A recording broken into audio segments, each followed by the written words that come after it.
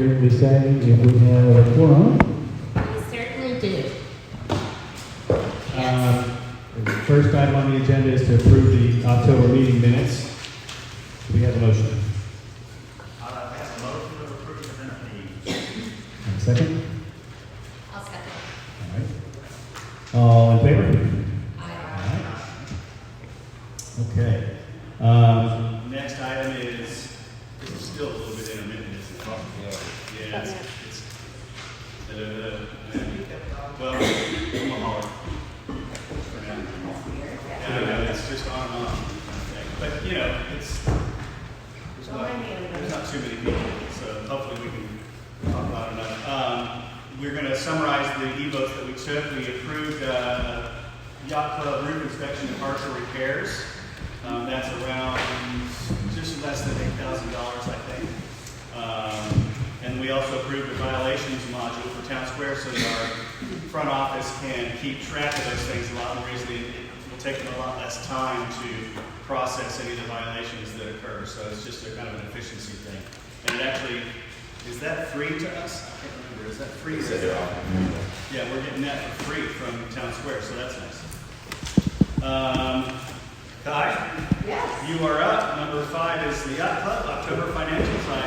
I think you might enjoy this part. Yeah, I'm excited about them. Good morning, everybody. So for our revenue forecast for October, knowing it was going to be a decent wedding season number 2, we forecasted $82,353 in sales. We did $94,313 in sales. Yeah, it was great. And a lot of that has to do with and I'll give credit to Chris, my food and beverage manager, upselling events that we already had contracted, so extra appetizers, bigger bar packages. So we're still in the game, we're still, hustling some extra sales. So we were excited to see that additional revenue. Our cost of goods was 24% versus a budget of 35%. So again, another fantastic percentage. We were $2,906 under our forecasted cost of goods. So what that means is we only ordered what was on our contracted events for food, so the waste was minimal, and we are still liquidating what we already still had on hand from when the restaurant lounge and everything was operating their bar. So beverage orders are at a minimum. So pretty fortunate that we were able to do that, and pretty proud of our chef for being very mindful of what is needed to get that percentage. Our EBITDA for the month of October was a positive $31,514. What that means when all is said and done, it's a net income of $25,014. So that is a great number to hear. Just a little fun fact, the running total since August, when we closed the restaurant, through the month of October, the net income is a positive $6,133. So, goes to show that we can do this, we can do it on a venue-only operating model. We did a couple football parties, they invited the neighborhood down, we did the Halloween party, thanks to Julie for the football parties and the coordination on the Halloween party. And So, Kathy. and everybody else, yeah, sorry, I'm identifying people that I worked exclusively with, I do apologize. So, pretty proud of that. Our payroll and our operating expenses were kept to a minimum, which were also contributors to these great positive numbers that we're enjoying right now. On an ending note, I gotta give credit to my team again. They pulled off a very busy month, sometimes with multiple events in one day, and there are very few of us. And they exceeded our guest expectations. They kept smiles on their faces and enjoyed what they were doing. So, it's not for me, it's for the client, it's for all of you. So I gotta give credit to my team as well. Awesome, thank you, Kai. 25,000. Okay, well, next is reports and updates. I'm up first, and this will probably be a little bit longer than normal, but I just wanted to, since I just got named president last month, I want to make sure I cover all the stuff that we're working on. First of all, the board is really hitting their stride. We are really working well together as a team. We've made all of our committee assignments and liaison assignments, and so we've kind of got all the bases covered. We know what we're going to do. We got our marching orders, and we're executing now. So it's it's a darn fine board, I have to say. We also, and I've mentioned this before, but we want the board, and it should be, a more strategic body than an operational body. The board can't be making day-to-day decisions on which tree to cut down, or, you know, what pothole to repair. That's for staff. That's for the people that we employ. So we're really putting in place processes that enable our front office staff and our maintenance staff to make the decisions that they're qualified to make, that they have the knowledge and the judgment to be able to make, so that, you know, the board doesn't. I got to tell you, I've got probably 1,500 emails in my inbox just for the board, and that's just kind of overwhelming. And Andre and I are kind of semi-retired. This is a full-time job for us too, and everybody else on the board is putting in way more hours than they probably ought to. So we're trying to get those decisions and get that operational stuff out to the people that actually have the expertise to make those decisions. So that's in process, I guess you'd say. As far as operations are concerned, a Kemper update. You just got the update from Kai. We're working closely with them. We're going to finish the year strong. Good events have already taken place in November. We've got a fair number in December, and they're still booking events in December. So we should be able to get a nice, strong finish to the year. We're also working with Kai on a transition plan, because obviously December 31st at midnight, it's ours again. So we have to kind of understand inventory and, you know, where are all the keys to all the doors, and, you know, I mean, it's a long list of stuff that we have to kind of go through to make sure that we understand, you know, what's all going on with the yacht club when they leave. So that's already in process as well. In terms of the future of the yacht club, you know, we're trying to explore all possibilities. We're trying to be open-minded about everything. So we've had commercial real estate people coming in. We're in contact with event companies. We're in contact with creators that do events. So we're really trying to expand, you know, the vision, if we can, for what this place can be. And I would encourage everyone, and we always do, to come to Rick Morrison's roundtables, because that's going to be a big topic of discussion. It already has been, but we're going to continue to work with the community to, you know, figure out what ideas are out there that we might be able to pursue. So that's, you know, something we're working on. It's not something we can make a fast decision on. It's not something that we can rush into. We have to make a good decision for the long-term health of the community. So, you know, we have to carefully consider what we do with this great facility. Where are we? We just a couple of little kind of bookkeeping things. We did have a water main burst here at the yacht club, right down there. You might be able to see some of the dirt around it. Oops, sorry. Might be able to see some of the dirt that's been just stirred up. The city came out and fixed it on an emergency basis, so that was good. We didn't have too much damage there. I think Wednesday night, was it Wednesday night that the electricity went off around here? It was Thursday, it was right before Nancy's party on Friday. Was it Thursday? No, well, it was Wednesday. Wednesday night. It was overnight on Wednesday, I think. Anyway, and that somehow turned off all the lights in the yacht club. We didn't know what the heck happened, but evidently there was a surge that fried a couple of connectors or something. But we were really fortunate to have an electrician come out. We thought we might have to cancel Nancy's 80th birthday, but we didn't, and we got it taken care of. Kai really, you know, took care of that for us, and Chuck. We also have, I don't know if any of you got a notice that you have to trim trees 12 feet above the street at the curb, but that's a city of Rockwall requirement, and we sent out a bunch of notices 2 to 3 weeks ago. And thank you for anyone that did trim the trees. Thank you very much. Chuck and his staff went back around to see, you know, how much of the trimming had gotten done, and he gave us back a list of 2 legal sheets of addresses that were not done. So those addresses will be getting a warning letter soon. We'll probably wait until after Thanksgiving, but we have to conform to the city of Rockwall ordinances. So there will be a warning letter, and then obviously the next step is a fine. And so just to encourage all your neighbors to trim their trees. The cell tower talks are ongoing. I met with Chip Emery and a representative from Jacobs Engineering and AT&T recently, and it looks like, and obviously we haven't made the decisions yet, but it looks like we'll be able to do something at the front of the property that's fairly unobtrusive, but will give basically 5G coverage to the whole neighborhood.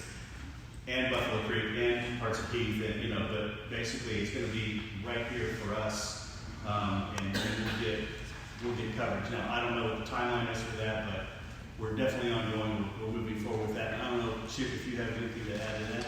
Yeah, I think it's a matter, and I appreciate Greg the involvement. It's a matter of months. Because it has to be zoned, it has to go through P&Z and then approved by the city council. And just a little bit of background. This is just a big tall pole, and we're mindful of the placement of it. But the closest cell tower right now is out on Horizon Road by the Assisted Living Center. And so, hence, we have coverage issues. And they're very well aware of it. AT&T would be the first. They actually get a ground lease if the board decides to do that, and then the tower or the lease is turned over to a cell tower company, if you will, and then they'll go recruit or market to the other carriers so that we get them all. So. I think it's a good thing. The city is excited about it. I've been working on this previously, and so the city would like to get something out on this part. They really don't want it on the soccer field. And so it's just a matter of, but it's not something that's going to happen in the next 60 days. So there's contracts, and there's also P&Z and city approval, and that's going to take some time. And hopefully we won't, if we get to that point, we won't have objections from neighboring community, because if it's P&Z, it would be a public hearing. Do you think if everything goes smoothly, 2024, it would happen sometime? Yeah, oh yeah. I sense in just some of the conversations, they'd like to get it done sooner than later, but they know they have to go through the P&Z process, and I know the city would like to get it, they like to get something out here because they get a lot of complaints. So, and just so everyone knows, and Greg heard this too, most of the cell companies are moving away, or the communications companies are moving away from the smaller poles within neighborhoods. They just don't get good, it's not a good investment on their part. And the topography in Rockwall is a real challenge because it's all downhill to the lake. And so this particular technology it's kind of like a big cone that will just drop down and cover the entire neighborhood and surrounding areas. So I know there's been some discussions that I've had calls from people, can they just put these modules on light poles and things like that? We talked to them about that, and they just they have no interest in that. Correct? Yeah. And what I was hearing from the engineering side was that those don't work. So we wouldn't get the kind of coverage that we would want, or we'd have to put one on every corner, basically. Right. So, and that's just not, something we could do. So I would just say be patient. It's got to work through the government process, and but they were communicating with us this week, and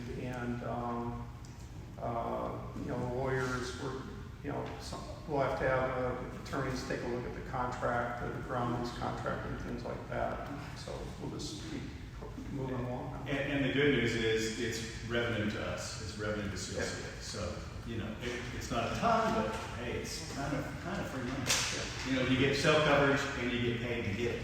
So that's not bad. And they're open to. There's equipment. There's going to be walls that try to get masonry walls that'll blend in with our theme here. And, it's not something that's just going to be sitting out there in the middle of the open, so It'll be disguised. it'll be disguised.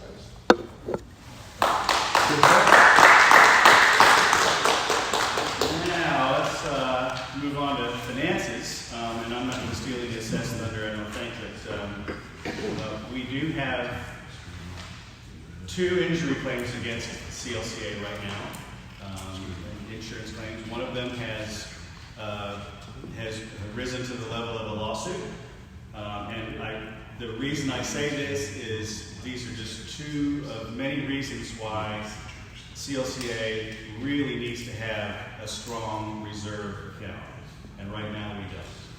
It's very low, and so when you have emergencies, you have lawsuits, you have things that might drain cash, you have to be prepared for that. And honestly, we're not really well positioned to take care of that. So we need to mitigate that risk by building reserves.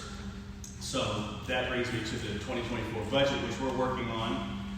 Andrea, who's not here, she's not feeling well this morning, has been really working hard on that. And we have some challenges. I mean, honestly, we have, we need to build reserves, but we have a bunch of deferred maintenance, probably on the order of $2 million worth of deferred maintenance in that ballpark. And so how do you save money when you need to spend $2 million? So that's a tough deal, right? So we're doing cost cutting on non-critical expenses in the budget. So we're trying to cut that back to maybe not the bone, but pretty close. But also because of our fiduciary responsibility, and this probably won't come as a surprise to most of you, we're definitely going to have to raise our monthly dues assessments for 2024, and it's almost certainly going to be 10%. But we'll do that later in this meeting, actually. And another thing to think about, and not that this is imminent or that we've even really discussed it in any serious way, but a special assessment is not off the table as well. I mean, we are in a pretty dire financial situation, so I don't want to sugarcoat anything and say, hey, we're fine.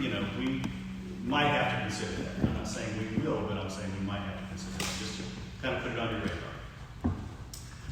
So wrapping up my overview, we have an excellent, professional, dedicated board. These people are great people, and they're working hard for you. We got a lot of challenges, but I'm very confident that we're going to be able to handle them. With your support, this will remain and even get better, a fantastic, safe, and welcoming neighborhood. So, let's move forward and get her done, as they say. And now, Treasurer's Report, Seth. All right. Thank you, everyone. So we have operating cash about 3 accounts, about $136,000 currently right now. In our reserves, we have about $45,000. Our loan balance amount is still out there, and we're paying that monthly, so we're good on that. Our revenue for this month was $182,000, while our operating expense was $200,000. So we actually had a little bit of a loss this month, but overall for the year, we're at a profit of $338,000. Some of the things that we have up on the horizon is the legal fees, the Kemper costs for October. We had the pool and gate repairs that we had to do, and some other miscellaneous repairs of about $10,000 as well. And another reason we took a loss this month is because we've changed the way that we do our accruals. So we're doing our accounting now on what Andrea and I have been talking about. I've actually been mentioning it for years, is that we should be accruing on a monthly basis for all our current expenses instead of waiting till they come in. So, let's just use a water bill, for example. If the water bill comes in, it should have been already accrued for October instead of trying to pay it in the month that it comes in. It really should be for the month it's for. So by doing that changed a little bit of our accounting, which could also put some more expenses into this month, and that's another reason we had a net loss. When it comes to our collections for all of our residents, we have about 64 accounts that are over 30 days. And a lot of those that I looked at are even deeper than that. They're over 90 days or over 6 months. So we have a uphill battle when it comes to collecting on some of our residents for past due fees. But overall, I think we have a good plan. Andre and I looked at the system, we worked with Mac Group a little bit, and we should be able to tackle that with our front office team to be able to go through and make sure that they are following up and that we're hitting up our residents to get those funds. Seth, do we utilize a collections agency at all? We have not in the past, and matter of fact, it was just Mac Group sending out letters, and matter of fact, they were sending that through a third party, so the third party was not doing any kind of collections. Mac Group was just continuing to send stuff, so we want to, we got some ideas, but we talked about maybe even incentivizing our front office to, you know, this is just a wild hair, it's not even been done, but you know, maybe incentivize them with a bonus if they can collect on certain accounts that are over so many days. But the idea is to get it where it's back in the office, where the system that Mac Group is using is the same system that the office uses, and so we should be able to utilize our current system, our save on all the mailing costs that we have done in the past, and also save on the fees that we have to pay this third party to send those letters. So there's a lot of savings already just by bringing it back in-house. But then there's also the whole point that we can start pursuing liens on these people's homes if they're not paying their dues. So there are legal actions that we can take as well down the road. Now, we have just briefly talked about that part, but really right now we need to get a whole grasp on how the collections have been being submitted to the residents and how we can get start bringing some of those in. So, should we say the questions for the end? Or just, Yeah, save the questions please for the forum afterwards, so we can get through the agenda. I'm sorry. That's okay. Sorry. It's related Yeah, to remember your questions and write them down, and we'll definitely answer them. But overall, like I said, for the year to date, we've had revenue of almost $2 million, $1.9 million of revenue. Our operating expenses at 1.5, so that's where I was saying earlier that we had a year-to-date profit of $338,000 for the year. We also are looking at B1 Bank savings and money market accounts. They're offering 5.5% right now. So be able to move our current reserves from just a regular checking account into a money market savings account at 5.5%. That could be some significant money back to the CLCA. So that's another thing that's on the horizon for the Treasury. Andre and I have been digging into the budget, looking at line item by line item, trying to either look at health insurance costs going up and different other insurance costs going up, and making sure that we are budgeting correctly for 2024. And I think we're close, but we're not quite there yet. We should have something by the end of the year, by December for sure. And yeah, overall, it's been, as Greg mentioned, it's been a great team that we're all working together. We're all digging in. We're trying to get the front office to take more ownership of their job duties, and instead of relying on us to make all the decisions. And that's all I have. All right, Jennifer Shuri will be giving us a maintenance report, I hope. Yes. You touched on quite a bit of them, but Chuck's been going around again doing the 12-foot rule. Another reason why that's really important is you got to remember our fire engines and the EMS need to come through, and that fire engine is very expensive. So when our trees are super high, it is scraping that vehicle. So I got a letter in the mail for a violation. I got mine cleaned up. Please try to get yours cleaned up as well. It just helps the whole community. Let's see what else. We also have tried assessing all the trees in the neighborhood. There's some that need to be removed and some that need to be cleaned up. Just because of storms and things we've had over time, or just trees deteriorating. So we're having them assessed, and we're doing them in a order of prioritizing them according to safety and what needs to go first. So we've gotten some bids on some, and we're still waiting on one more vendor who did not show up to give us a bid, but hopefully he'll do that soon. And then we'll start tackling those trees. one by one as we go. And I do have a list of those houses. What else? He kind of touched on this. Chuck was down here to help with the electricity problem and meet with the CNF Electric to help with getting the lights back on.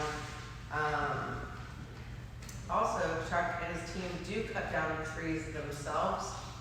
When I talk about the trees that we're getting company bids on, some of them are a little bit too, or they're super tall. They're just not safe for our team to do it. We actually need to hire a company to do it. So they do trees within our neighborhood, but they can only do certain ones. They're starting to wrap up mowing, but I will tell you, we've had a mower that had some ball bearings that are having some problems, and Chuck works so hard to fix things all the time. So again, I always want to give a lot of kudos to Chuck because he fixes a lot of things in this neighborhood by himself and very knowledgeable. So please do, when you see maintenance, please give him away. Please tell him thank you for everything they do. He also, the Ponce Committee had asked him to put signs, they're aluminum curb markers around certain drains and by the park so that people don't dump chemicals or anything into our waterways. So if you see any of those, they affix those around certain curbs and drainage areas so that people aren't dumping chemicals into it. That was to help out the Ponce Committee. The other thing is he's involved with the roofs. Of course, we have Chuck down here when we have the roofs evaluated and we're going to have work done on them. That way we have someone that's knowledgeable, that knows what's going on, kind of a point person. We can't be here every time someone's doing a roof repair, plus he can keep track and he knows these facilities really well. So we have him be part of those and also get bids because we do want the maintenance staff to be part of the bid processing and bringing the bids to us. And again, he's very knowledgeable on a lot of things going on in the neighborhood. And that's it on maintenance. Awesome. The CLCA will be giving us a security report. Okay, it's been relatively quiet last month. There's a little over 12,000 cars that came in our community. 800 of those were tennis. We had a little over 1,000 deliveries, Flores, Uber, and around 500, a little over 500 utilities and contractors. 14 emergency vehicles came in. So please trim your trees. The main thing that we're up against right now is holidays. So everybody has people coming to visit them during the holidays. It's very respectful to ask your neighbor if you can park in front of their house because so many people utilize the front of their house for their guests. The other thing we have an issue with, and I haven't brought this up to the board yet, but it came up on the security report on Tuesday when we had our meetup, that one or two residents are utilizing those extra parking spots down in Southern Cross for their own vehicles because they have too many cars that won't fit in their drive or won't fit in their garage. So at some point with the board, we have to discuss this because those really should be for guests coming in, for your guests to have a place to park. It's really tight down there on Southern Cross. There's a lot of condominiums, or well, townhomes actually, and there's very little space in front of their house for their guests to park. So a lot of the residents down there expect to use those spaces for their guests to come for Thanksgiving and for Christmas. But when you have one or two residents that have 5 or 6 cars at one property and they want to use it for their own use all the time, and they get by, they legally do it because it all gets chopped by security, but they legally do it because they constantly go down and move it. So they're really taking advantage of it, and that's not right. It's not respectful. It's not fair to the other residents. So it's something that the board probably needs to put up guest only parking down there. And I should mention also that every car in here that belongs to a resident should have a resident sticker on it. So that's something else we're looking at. That you must have a resident sticker so that we know that that vehicle belongs in this community. And that's pretty much it for security. Otherwise, it's relatively quiet. We just did have a couple of very upset residents that came in that somebody was abusing the privilege. bridge down there. And then as far as community events, you want me to go into that? Please, yeah, you got the next item. So, Greg made a good point that we have a lot of deferred maintenance, and the board has asked the events committees, the kids crew, yard of the month, everyone to please curtail expenses. And so there was a couple events that did get canceled. We did post them. One was a concert, because that band would have cost about $550, where we could use it toward the fountain pond, or we can use it toward the roof here at TYC. So they did cancel the concert, and then they also canceled bingo. I'm sorry, bingo. Only because we couldn't figure out the food here, and events doesn't like to charge people typically to come to an event, and they couldn't figure out how to support the food here. That people like Kathy and Julie have stepped up and have been able to raise the money. So therefore it got pushed off into January when we have our club back, and we'll be able to do those kind of things without that food portion of it, the food cost of it. So that being said, we do have 2 great events coming up that are cost covered. They actually make a little bit of money. One is the turkey trot, it's actually on Thanksgiving morning. And those of you that are new to the community, if you have not experienced this, you really should. It is so much fun. You will see all your neighbors out. You don't have to jog. You can golf cart around. Don't you look at me. You can, you can golf cart around. You can bike around. You can car around. But there's several stops for you to come by and have refreshments. There's refreshments for the children, there's refreshments for adults. The crazier outfit, the better. Those of you that did not sign up, you're still able to sign up, although I believe the t-shirts and sweatshirts they had to get those already in. But you can still register. They kick off with donuts right up here at the top of TYC, and then it goes kind of around. I'm a host stop. Lee and Ben are going to be a host stop. There might be another host stop, but it's all around Yacht Club. So please come by. We'd love to see you. Our bathroom's open if anybody needs to use that while you're going around. So please come by because we love to see everyone. And then the other one is on December the 3rd. It's a Sunday. It's at 4:30. And that will be the park area, like right when you come in the main gate, you'll see our pine tree there. It'll be lit up. Well, it'll be lit up after we do the caroling. I believe Nancy Jennison, our 80th birthday lady, is going to lead us in carols. That's at 4:30 on that Sunday. Light up your golf carts because there'll be a golf cart parade right after, and it will go around. Security will lock down the gates as well for the parade to go by. So that's something to remember. If you're coming in, you might want to come in the north gate instead of the main gate if it's after 4:30. I think the parade actually starts right around dark, and I'm not sure when dark is anymore. 5:30. Yeah, 5:30 or 6:30, we might do that. And that's it for events. Wait, can I mention that event? Sure. November 26th is a Sunday evening. There's a resident-sponsored Christmas party. And I would love for everyone to get a ticket and come because he's trying really hard to bring all residents together and have a fun time. Jazz band, right? Jazz band. I'm gonna come, but Cynthia's out of town, so I'm gonna go stay. I'll be in Germany, so.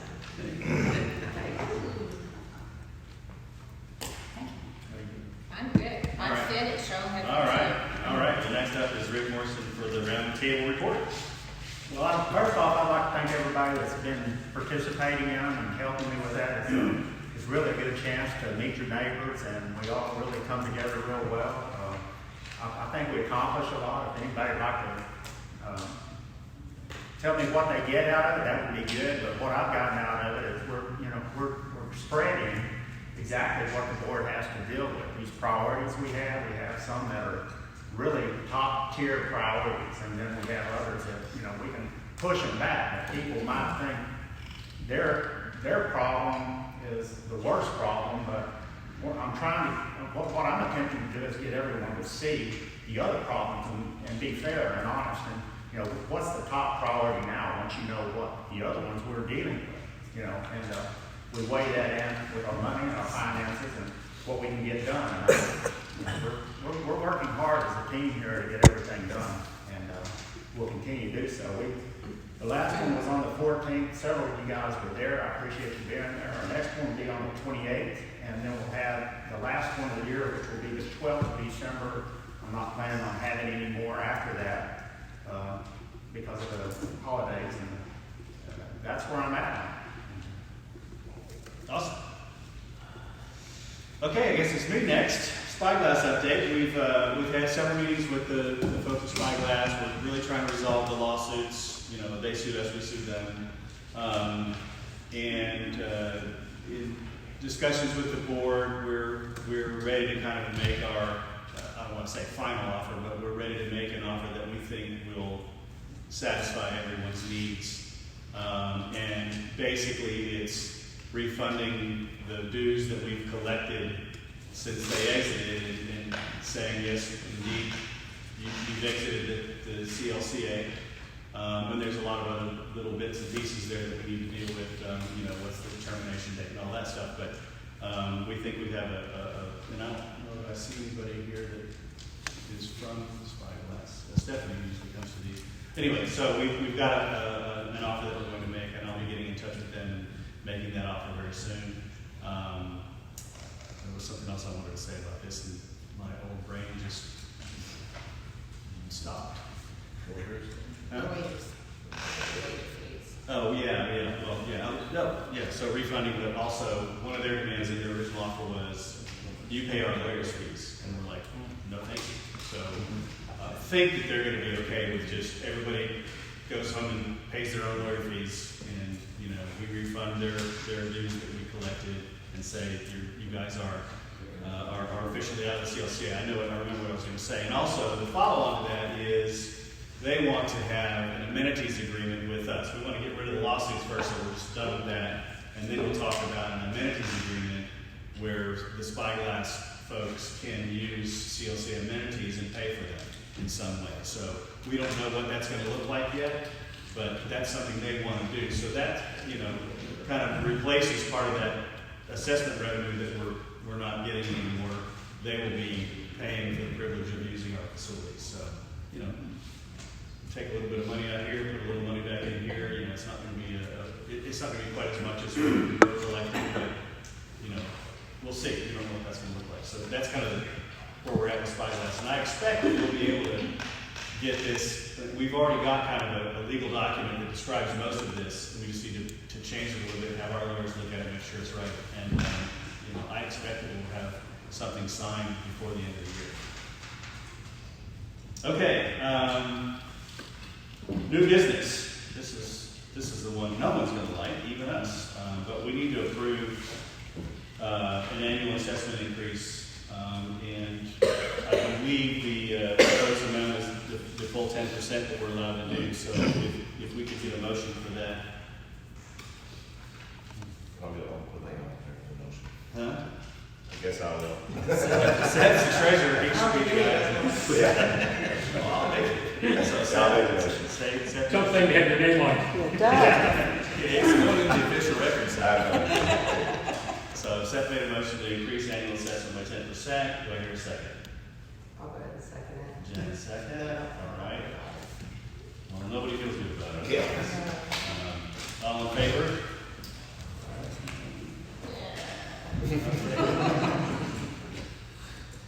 Oh, that was painful. But it's, you know, we have a responsibility to do what's right. So. Excuse me, did the entire board vote in favor of it? All six. Okay, I didn't see Rick raise his hand. No, I didn't raise my hand. You didn't? No, I did not. That's not nothing. You're voting against it. I voted That's against it. That's enough.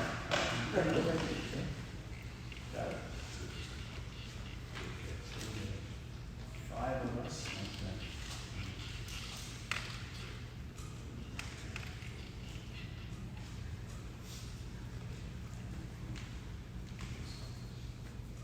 Okay. No, it still passes with 5 out of 7 board members voting for. We also we've had a lot of discussions about which committees we want to have or want to dissolve, and there are some that I don't think really make sense to have, and the board has kind of put these up for dissolution, if you will. So I'm going to make a motion to dissolve compliance, disaster management, pool, and welcome committees, just all at one time. Do I have a second? I'll second that. Rick seconds that, and all in favor? Julie, did you give me ayes? All right, well, we're done with the board business. Let's open it up for the owner forum questions and answers. Anything?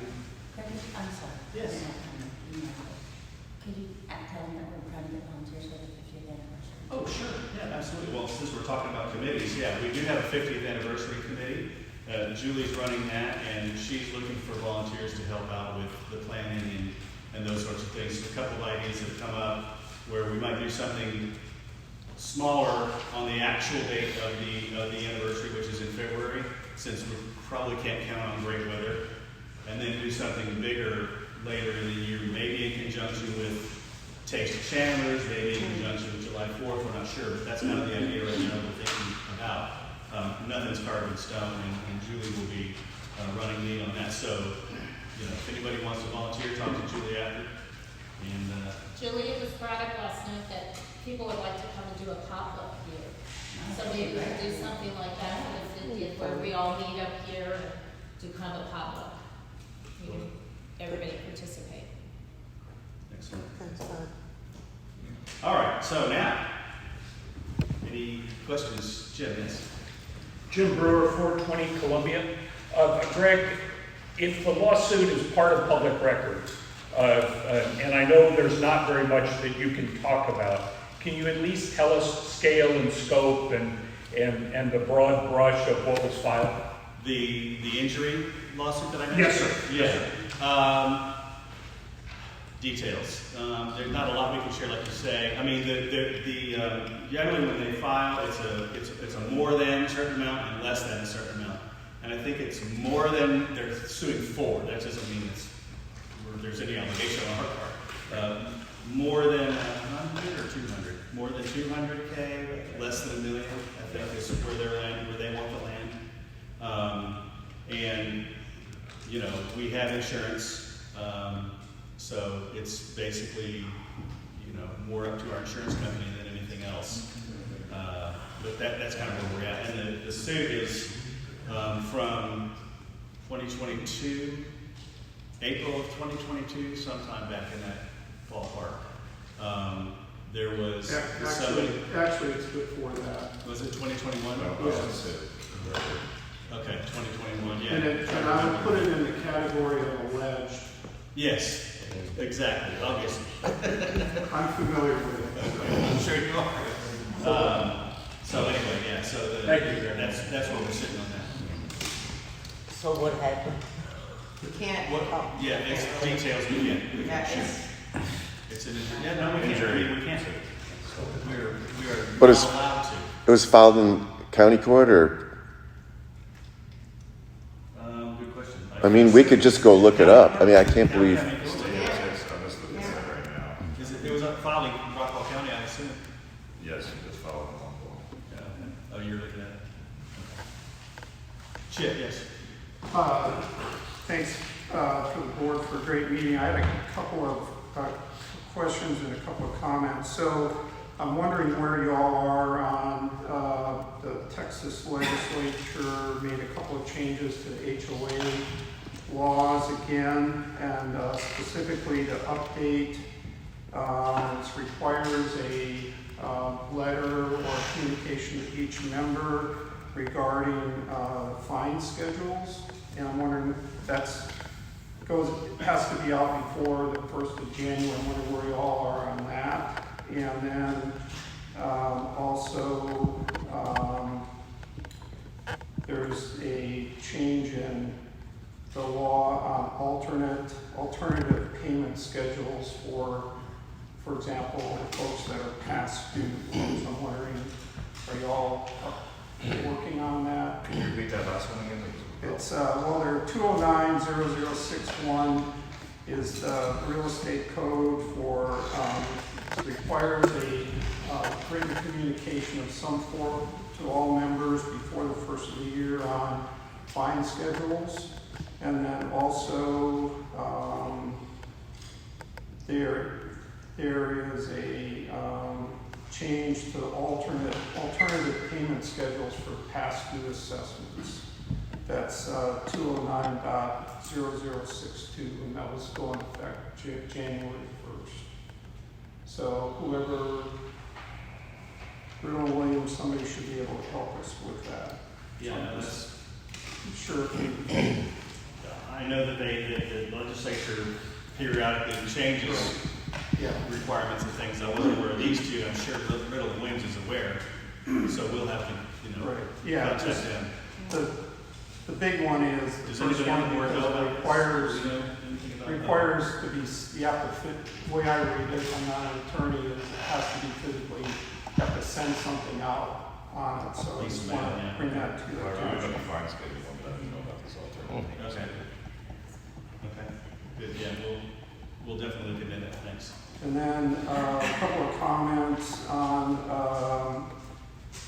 the past due accounts, which you have to be careful of here, but just to make some clarification, Riddle and Williams has typically handled that for us in the past. They typically put the liens on, file that, do some collection matters on that for us. So we didn't want to get with Dean Riddle on how that works. There are some specific things that have to happen with regard to that. And we have in the past had to have posted for foreclosure on a few properties, so that they typically handle that for us.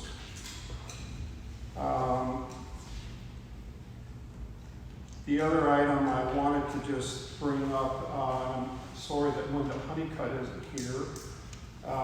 So we seem to have a speeding and a reckless driving issue on Harbor View and Harbor Landing. So last Saturday night it was a racetrack, and I'm respectfully asking for, these are not necessarily the residents of these homes, but their guests in some cases, running stop signs, speeds in excess of 50 miles an hour on Harbor View. The suspect properties are at 305 Harbor Landing and 208 Harbor Landing. So mostly we just ask if someone can contact those residents and get them to get their guests to slow down. Number one, and then number two is just, I'm preaching to the choir here, is it's a privilege to drive in here. It's not mandatory, and we don't have to let these teenagers in with their big trucks to use it as a racetrack. So we would appreciate that. Chuck, is this happening on, I guess, a regular basis from the same houses? Yeah. Okay. So, and Chip, do you know, have any license plates been collected? well, they'd be all on the flock cameras. Well, I agree. What I mean is at some point, if we do know somewhat which ones they are, we can alert them at some point. Yeah, I just, cut off the access. it was at night, and so I couldn't. Okay. By the time I heard them coming and ran out the front door with no shoes on, they were already going up the hill back to that place. So I couldn't get them. So anyhow, and I think that's it for me today. Thank you. I appreciate all you all are doing. Thank you, Chip. Yes, ma'am. Hi, Jan House, 110 Sector Drive. This is referencing the delinquent payment of monthly assessments people. Do you have a breakdown of who owns the property? Are they owner occupied or are they rented? And would that not, maybe if we do find ways to approach this, it might be handled differently depending on whether they are people that are renting, because they're going to ignore the notices. You want to go to the actual owners as opposed to people that are owner occupied. Do we know what the breakdown is, or have any idea? We have a breakdown of which residents they are. Which one of that percentage that you gave, I'm not that sure if number of which are owners, and I would just think that might entail a different approach depending on whether you're going after owner-occupied people or people that are renting. Don't those people that rent pay the owner? Right. Yeah. Yeah, the owner's, That's what I the owner's wonder. responsible That's no what- matter what, right? That's what I mean, Yeah. that's, I would. And if the they owner's don't renew it- required, if the owner doesn't live there, the owner's required to update CLCA with a valid address that we can communicate to them through. So if they haven't done that and we're sending it to their the address that we think they're at, it's still on them. Sure, I'm not questioning that, Mhm. that's what I would agree, I just think Okay. there might be a different approach. If you could get a breakdown of all Yeah. these numbers and know Sure. if it's, 90% of them are owner occupied or 90% of them are residents or Yeah. owners that aren't anywhere, maybe out of state. Yeah, right. It's gonna What I require. find interesting is that it's on Town Square, so you know if you're late. If you can get on Town Square, you know if you're late, you know what the dues are. It doesn't matter where you live. Yeah, and you can pay from wherever you are. Yeah. So if you can't get on Town Square, now that's another thing. But if you can, and you should, as soon as you are able to have your dues put that way. Now, you can still mail them in, but it will tell you if you're late, and it'll tell you when you pay. I'm I saying, totally get what you're saying. yeah, if there's penalties to be, This might be a way to collect more. I mean, Yeah, in a if we can different- figure might out be where different they're way. at and let them Yeah. know, they might go ahead and pay if they don't pay after that. But I totally get what you're saying. If the resident, the renter is just throwing those in the trash and never saying We anything don't to know. their owner, then we don't know. So and the it might penalty be- might be a little different, just incentive. Can't- I mean, a can't change different the penalty. incentive, Can't change incentivizing. the Okay, penalty. I mean, that's prescribed okay, law, fair enough. unfortunately. Yeah, you can't play favorites, so to speak. Yeah, the state tells us what the penalties are. You don't get your out of it. That makes sense. Anybody else? Kathy? It's Kathy Hovey at 110 Clipper. You guys are aware, I've sent you a couple of emails requesting some information. You brought up special assessment. I've been looking at the loan documents from June going forward. And there's a reference in the June loan document about a loan approval and special assessment vote. And my question that I've addressed to you is, what are they talking about? Because one of the statements in here, it alludes that we had a special assessment related to the loan. Now, I've been here for 13, 14 years. I don't ever remember a meeting that was called for us to vote on a special assessment. So I'm trying to get an answer. I don't know if we get from our attorney or past board members. Maybe Chip can answer this. What is this? Why is there an allusion or a reference to a special assessment vote in the loan document? Also, I've gotten a lot of copies of loan documents, requested them. There's a lot of blanks, particularly on resolutions where they approved. And there's no dates. There's no dates on the June 2020 loan. There's no dates on the additional loans that took place in 2021. And You're looking at the pre-documents. We actually have the full documents that are fully signed with dates on them. where are those? 'Cause I Those checked are with hard them. copies in the office. They are? Yes, we looked at those. So, Has it been recent? We've been working with B1 Yeah. and didn't make Yeah, sure we we have. had all. And I also got I don't know why it took so long, but it took a while to get those. yeah, we also got just gotten recently from B1 Bank, their official side of it as well. But they are all signed with dates on them. And I already talked with B1 Bank as well, and they responded. The special assessment is not a requirement, it's just a proclamation, so to speak. But So, why is it referenced as though there was a vote in the document? That's what I don't understand. I think it is what it is if they wanted to go that route, they could. So it's not that they are going to, it's if they needed to, it could be. But that's not what it says. It says, other than the special assessment related to the loan, that there had not been, that there was one. So I'm wondering why that reference is in there. I'm not sure. You're asking the wrong people.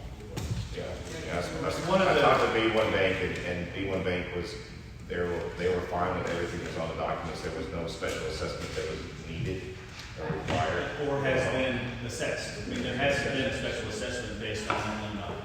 Alright. It's just a reference to, I guess, potential special assessment.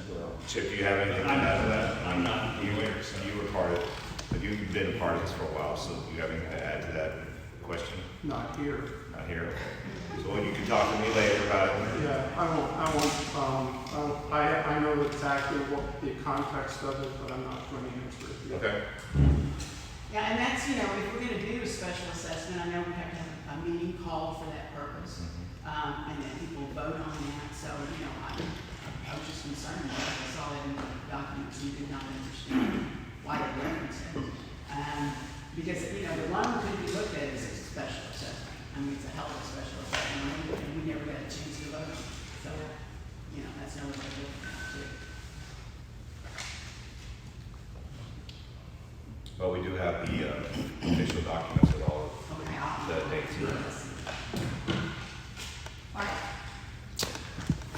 Yes, I recall, I believe it was in the candidate forum in September, where Andrea said, we are not in an area of financial crisis, we're in an area of financial concern.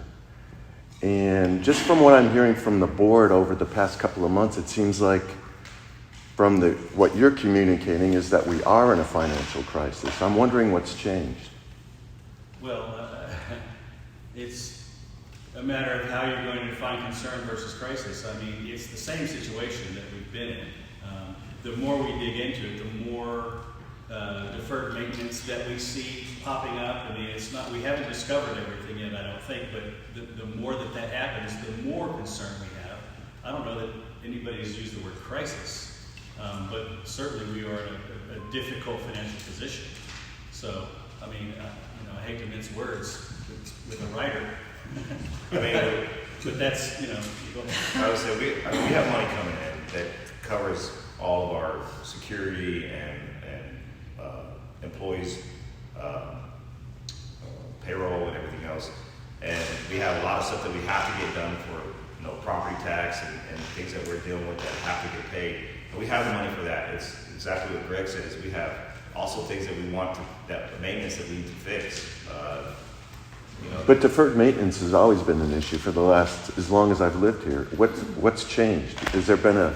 Well, when you have the roof leaking here and it's dripping all over, it's going to get worse. And so if we don't fix it, then it's going to become more of a problem.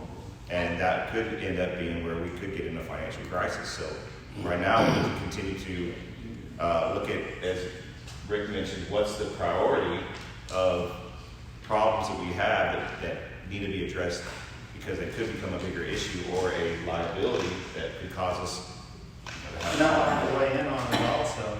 One of the things that I've noticed throughout, I've been coming to these, everybody that's been here knows I've been coming to these for probably 6 or 7 years now, these monthly meetings.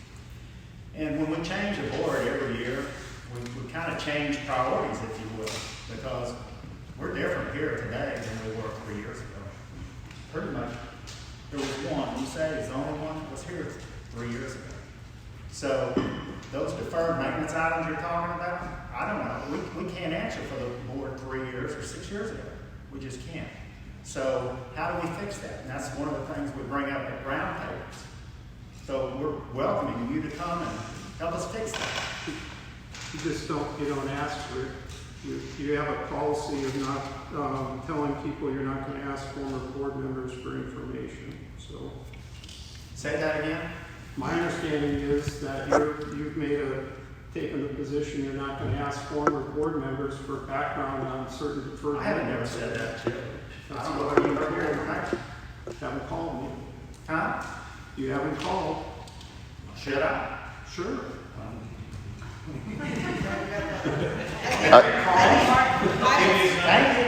been to two floodings downstairs that I don't remember. I know that the roof has leaked, but these are two floodings downstairs. One is like toward the back wall by the back offices. Andrea and Ron and Julie, myself, Jennifer, we were all here with towels wiping everything up and pumping out water. So it's like when these things come up, we have to address them. We can't. Right. But that's not deferred maintenance. That's an issue. It's a new. It's deferred roof maintenance. Sort of. Well, I don't even know if this is rude, because I think it has to do with needing French drains out front. myself. And I can then, answer that question offline. Okay. It's not a, But it's the a, point being, it's a gutter issue. to your okay, question, so- Yeah. it's, are we in a crisis? I don't think we're in a crisis, no, but we have a lot of hard work to do, and we do have to prioritize what we're doing. That deferred maintenance, the longer it goes, it doesn't just, it's not like if it cost $10,000 last month and it gets worse, it costs $10,000 this month. It gets worse and the costs go up. So Of course. the longer it goes, the higher the costs. That's a problem. So we have to, like I said in my overview, we have reserves we need to build, but we have money we need to spend on that deferred maintenance. So we have to prioritize this. So, crisis, no, I don't think crisis is the right word, but, we obviously are concerned. The first step that we really worked on was getting rid of the Kemper contract, so that we That'd be could a not have huge to pay any more crisis. money, cash money, so that's helpful in that sense. I think we'll be looking better going into next year, but you also gotta realize we gotta build reserves, and then we also still gotta take care of deferred maintenance. So it's still gonna be a climb, it's a slow climb, but we're diligently looking at everything and making sure we're making good, responsible decisions on what should be prioritized first and what should be handled. I have a follow-up question. Is deposits into the reserves, is that a budgeted expense? Meaning that is there a line item in the budget where a certain amount of money always goes into reserves? It was always is a hard thing to say, but yes, it's definitely in the 2024 budget. It was in the past as well. I think this year, it's always been in the budget for the past. I think this year was a little bit of a struggle with the Kemper contract and some of the other things, but it has always been in the budget. Hey Seth, I had a question. You talk about the roof, I've heard the roof. When we remodeled this place, it's my understanding we put a new roof on it. Was there any warranty or with the remodel contract? Because that's a big question for the amount of expense that I have. Was there a warranty? I know there's structural. I know that's something we're looking at. We are looking I can answer that question. That's In front of everybody or offline? I'll answer that one. So the pitch roofs were replaced in, the roof specifically we're talking about here is the flat roof, okay? There's no warranty remaining on that roof, all right? So we attempted previously to get the roofing company to honor it, they wouldn't. To Greg's point, this is an ongoing issue. We've tried to mitigate it, but a portion of the flat roof needs to be removed, and I can tell you with some certainty that the decking will have to be replaced and then put back on. So at the end of the day, it slopes in the wrong direction for a flat roof. So. And we're looking at mitigating that in the interim before we have to spend that $60,000, $70,000, $80,000 to mitigate that with some partial repairs, some other things to deflect rainwater, etc. Right. So we're trying to, that was one of the things that I mentioned earlier, the $8,000 that we were spending for inspection and partial roof repairs. That's part of that, and there's some other things that we're considering as well. But we fully realize that's something that needs to be taken care of, but you have to. The other problem is you have these package units on the roof for the air conditioning, and some portion of those will have to be lifted off with a crane to properly make some of those repairs, right. And so it's not a cranes are not cheap process. Julie, yes?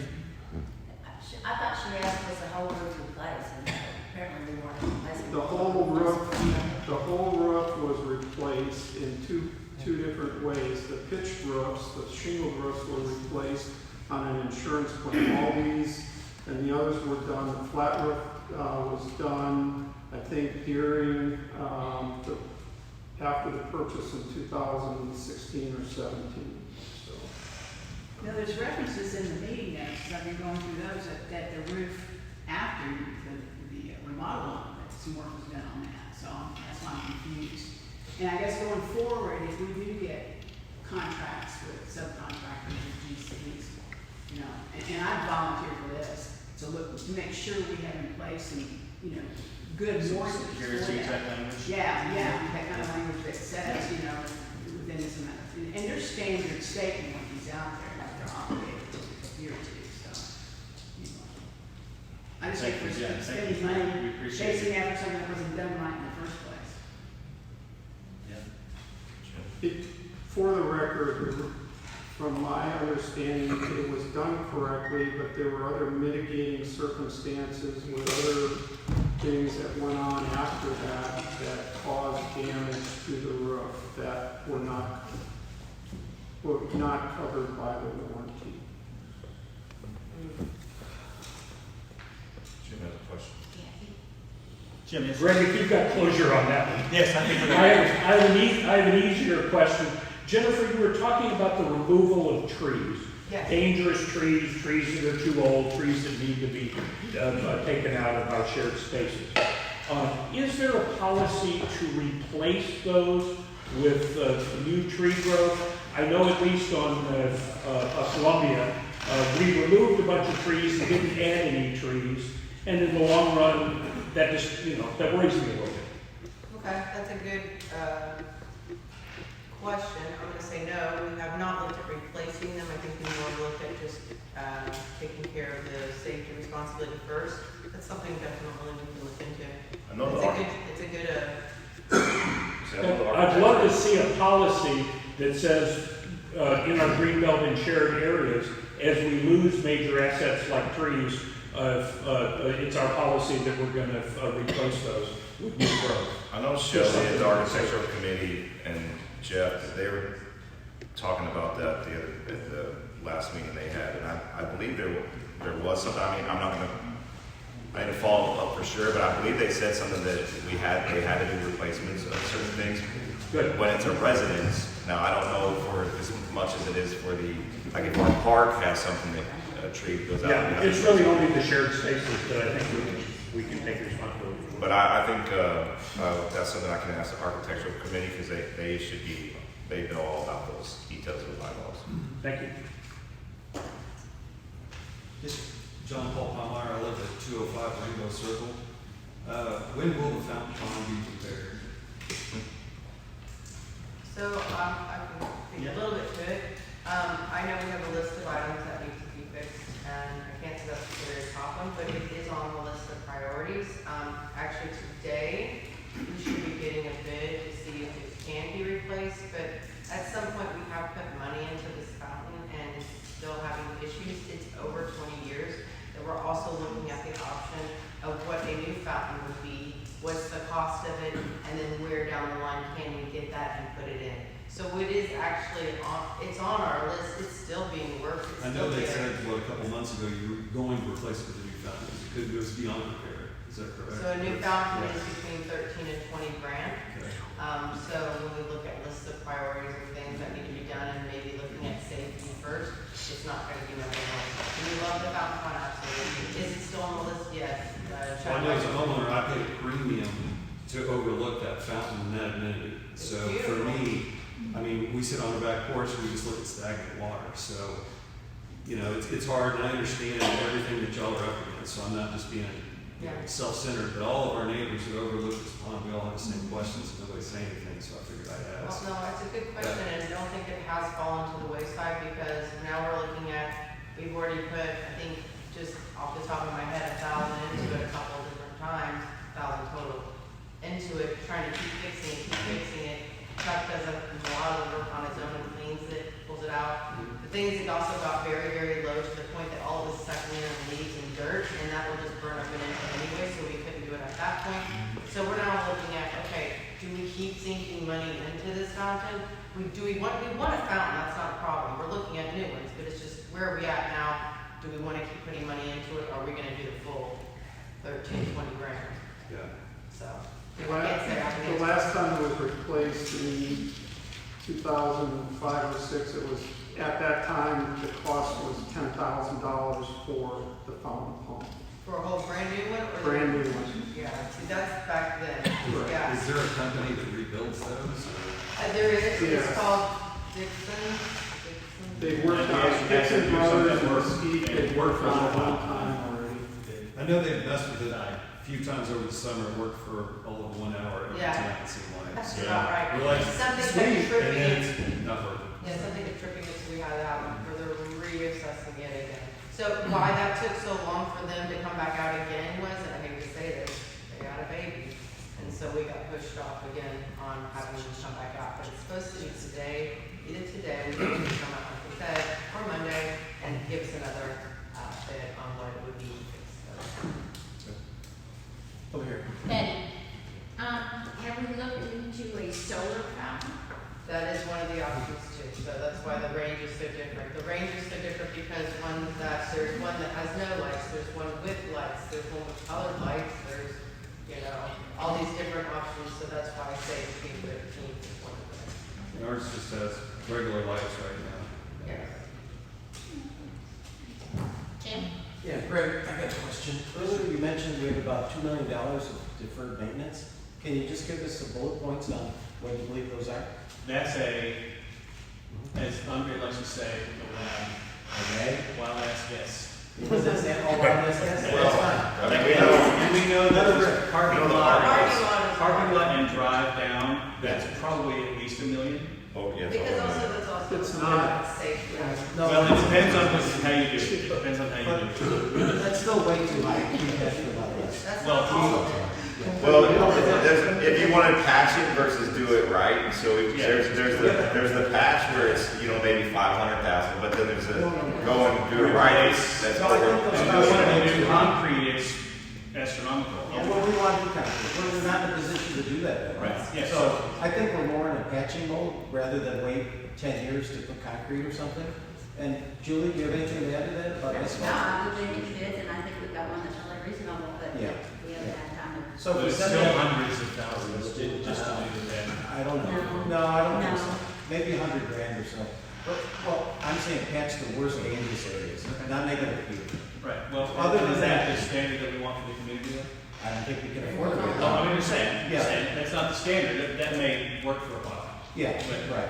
Yeah, and so that's the deal. We may patch it for a couple $100,000, and a year or 2 years later, then we have to repatch something else. Where if we are to build up our reserves to be able to do it right and make it look good, it might cost us a little more, but save us on all those patches as well. Well, and that brings us to how do we prioritize these things? Right. One of the important things is safety and hazard, right? Right. So if we've got a parking lot that people are gonna fall down in, Right. we need to take care of that, and that's just a patch job, right? Yeah. So it's not just, what's the standard of the community, it's, Right. we need to Right. take care, so that's what's highest on our list right now. Right. Is anywhere there's a hazard. If we got a tree that's about to fall on somebody's house, Sure.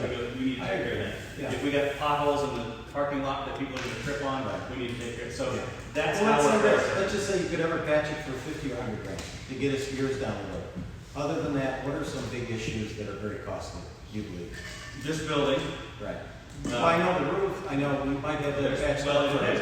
Do we 78,000. want? No, I'm just saying, if we want to make this into a landlord situation where we Right. have kind of a big name tenant, and Sure. a really nice restaurant or whatever in here, Right. the way that happens is this building has to come up to their standards. Right. They're not gonna pay for it. Right.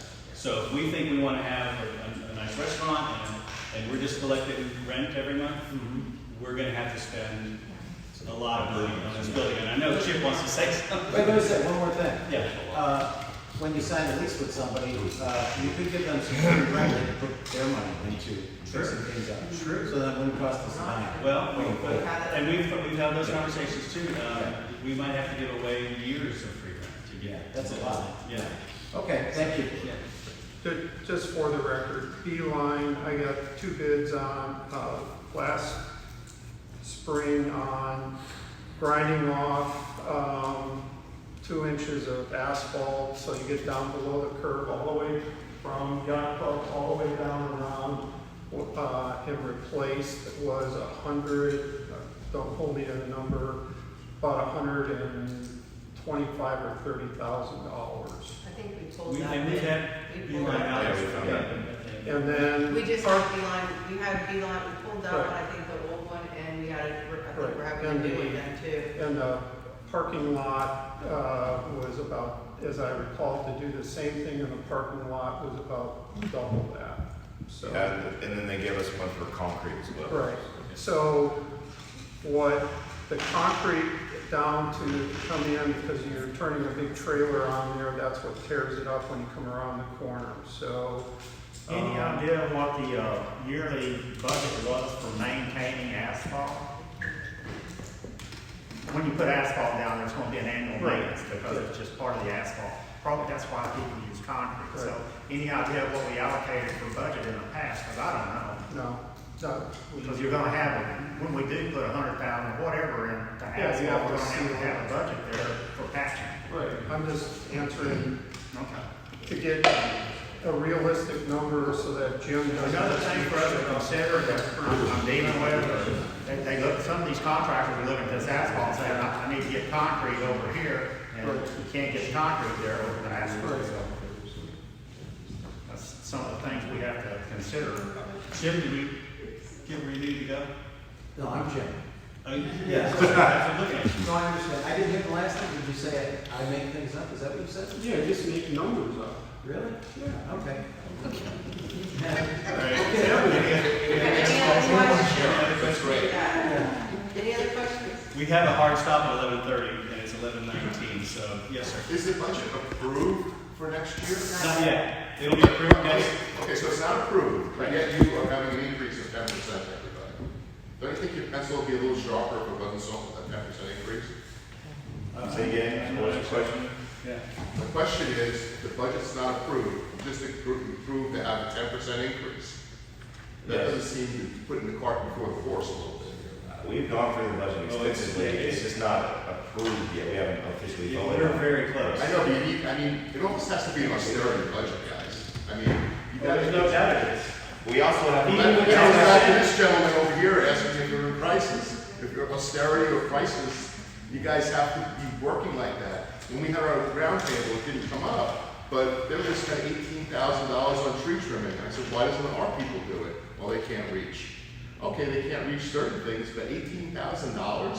You have to look at every line item. We are.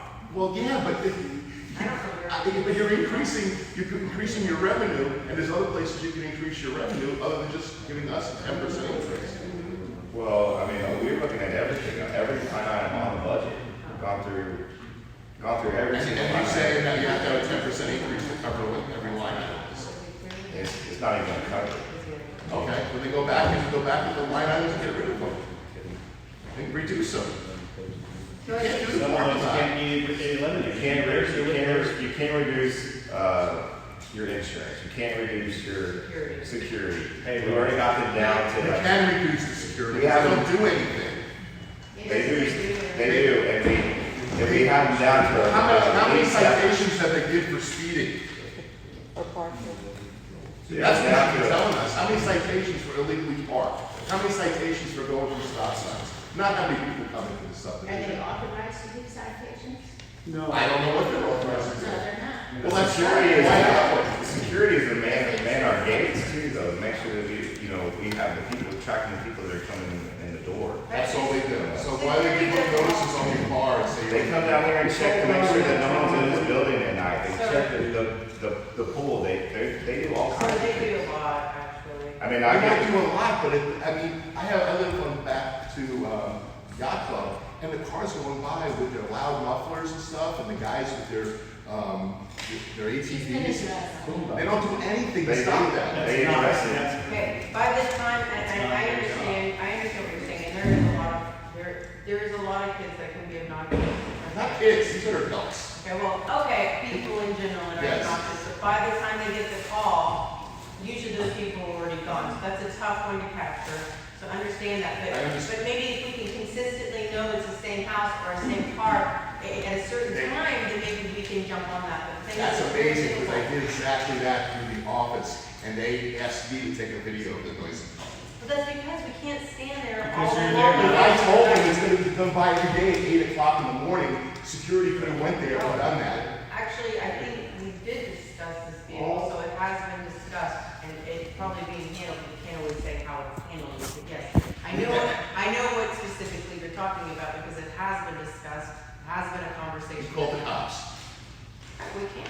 I back up to the yacht club when we had him next year. I know what you're talking Yeah, about. okay. The police were involved, his parents were involved. Yeah. Security did a bang up job. I mean, they did. I mean, we did the video just like they wanted. They got it handled. They got Rockwall police out here. I have confidence. I haven't heard of it yet. Yeah. But that was the office, not Yeah. the security. But back to the original question is, yes, we have been diving into the budget deeply. Andre and I, I'm looking at every detail, and we have to also get the assessment 30 days before, the assessment increase 30 days before the new We year. have to mail it out to everyone. That's So, what we have to do in this meeting. Understood. That's why I have to So be- then you have to have the budget. Well, the budget's there. The budget's there to justify that increase. And It's just not approved It's yet. not It's official. still there. It's Yeah. not official. I mean, we've gone through, we've got the stuff from Mac Group, from the CPAs. Yeah. We've dived into it. So I just want you to know that it's not that we're just like, oh, willy-nilly on the budget. We are actively diving into that to make sure that every line item on there, from health insurance being increased to general liability to everything that is going through there, we're looking at every single line item and not just, Including security. and I just use security as an example. Security is one of because our biggest costs. they're down very lean too. Yeah. And they're very lean. They don't. We've already cut back. Well, that's because they got more people through the gate at the same time. So they only need one Well, guy. we've cut back. We have fewer people running security for us now than Yeah, we only had 2 people. Well, if they were running around the neighborhood and deterring, I could see. But yeah, you can raise your hand, it's okay. I Well, I was agree. gonna wait till you finish. Okay, thank you. But it's like, they're not around enough. I see them parked in the park, just sitting there. So if they're constantly going around, they would maybe catch some of these people doing this stuff. Going through stop signs. When you walk through this neighborhood, people are blowing through stop signs everywhere, like this gentleman just said. But they're not traffic cops. They're not traffic. They're not traffic cops. They have a specific why job not? to do. That's what security is to you, having people run stop signs and catching them? There's a whole lot more to Well, then security than just that. I've And seen it's really not part of their job description. I mean, in the park, they did find someone who was kind of unconscious and then called EMS. They and, bring in you know, police they're when they doing need to. No, exactly. I think they do a good job. I'll be honest. We see incident reports every day. I mean, They we probably get patrol, like 3 or 4 a day. 6 or 8 hours. Yeah, they patrol. Somebody's on the road all the Yeah. time. You're, But do they not give out citations or give notices that people park? They don't give Yes, citations to they're all- anybody because it's that's not an HOA electronic. function. They'll report it to the HOA. We'll take care of it from Well, there. why don't you let that be known, how many things they gave out, so you can justify what the hell they're doing? Okay, we can do that. No, rather than just have how many contractors came through. Okay.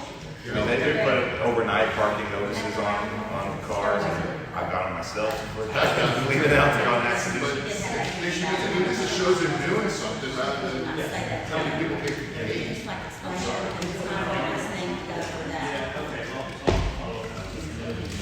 So the car guy you're talking about, security is aware of it as well, and they know exactly what you're talking about, the noise levels. Right. It is being at least addressed. And I can't say how we're addressing it, but we're aware. And why I say I can't tell you how we're addressing this, because we're not allowed to tell you when we find someone in Any this sort of neighborhood. enforcement. Or when we give warnings in this neighborhood. So I'm not trying to be elusive to you, but again, we understand this situation and we have discussed it as the board. So know that at least we are listening. I know it's frustrating, so maybe we can try to get you a list of what security does, but I'm gonna tell you they do quite a bit. There's someone that was sleeping in our park, security got the cops down there and ran them off. Right. When they do their rotations to go through, they're supposed to be looking for all these things. Are they always 100% great? I mean, you're gonna always have some that are a little bit off, but listen, if you need a list of what their responsibilities are, that might be helpful to you, so You you should publish understand. Okay? Yeah. We can work on that. All right, well, one more question. We've got 3 minutes. That's it? Oh, yeah, another question, just a statement. At this point, I'm totally against any special assessments. I believe we've been there 49 years, and you have the option to raise the dues. So I don't think we need a special assessment. I agree. Fair enough. And will you vote on that? Will you have a community vote if you wanted to try to do it? For a What was your question, large sir? special My question is, if you have an assessment that you think you want to do, would you let the community vote on it? We have to. You have to? And You know what the vote's going to be, guys. it's a two, well, we don't know what it's going to be. That's why we proposed it to see. Oh, guys, very naive.